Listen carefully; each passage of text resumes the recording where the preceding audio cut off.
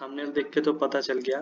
तो अब जब ये एरर जीसीसी एरर क्यों आ रहा है, ये मैं आप लोग को बता दूं। ये दो रीजन के लिए आता है। एक तो आप अच्छे से उस कोड को सेव नहीं करते हैं, और अलग रीजन ये है कि कोड रन करने के बाद आप आधा अधूरा कोड को छोड़ देते हैं। तो हम आपको दिखा देता हूँ इसका सोल्यूशन क्या है। जैसे ये मैंने देखिए नॉर्मल कोड लिख दिया है, ये नॉर्मल कोड है दो सम ऐड करने के लिए। तो ठीक है, तो इसको मैं सेव कर देता हूँ। जैसे सेव कर दिए, उसके बाद टर्मिनल में जाके न्यू टर्मिनल गए। उसका बाद आप नॉर्मल यहाँ पर जीसीसी जिस फाइल में है उस फाइल का नाम लिख दीजिए। जैसे मेरा add.c है, add.c लिख दिए। अब .a.exe। अब देखिए यहाँ पर रहेगा द नंबर इज, तो आप कुछ भी दे सकते हैं। जैसे हम दिए 30, तो सेकेंड नंबर इज 40। तो देखिए यहाँ पर आउटपुट आ गया 70।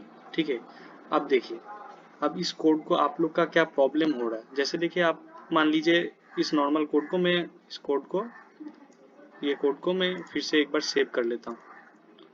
सेव करने के बाद आप मान लीजिए आप फिर रन करेंगे। ठीक है, सेम कोड को gcc add.c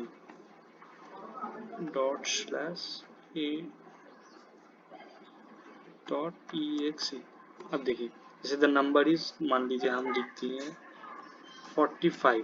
ठीक है, तो सेकेंड नंबर इज कुछ भी मान लीजिए 65 लिख दिए। तो अब इसका बाद आपको फिर एंटर करना है ना, उसका बाद आउटपुट आएगा।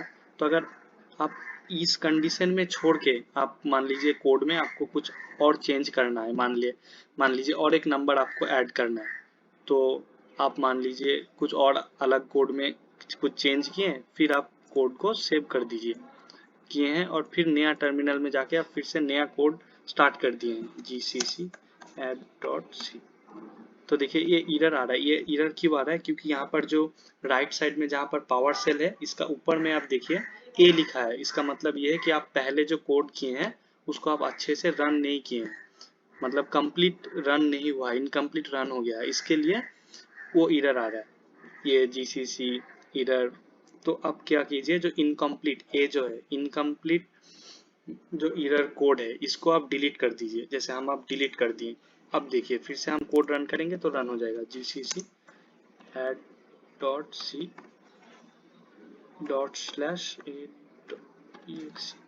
अब देखिए कोई एरर नहीं आ रहा है। अब जैसे नॉर्मल 34 लिख दिए, 54 कर दीजिए, एंटर कर दीजिए, आउटपुट आ गया 80। तो ये एरर क्यों आ रहा था, क्योंकि आप मतलब जो कोड को रन करने का टाइम पूरा रन नहीं करके और एक बार फिर से कोड को सेव करके अलग कोड रन करने का कोशिश कर रहे थे, इसलिए वो एरर आ रहा था। ठीक है, थैंक यू।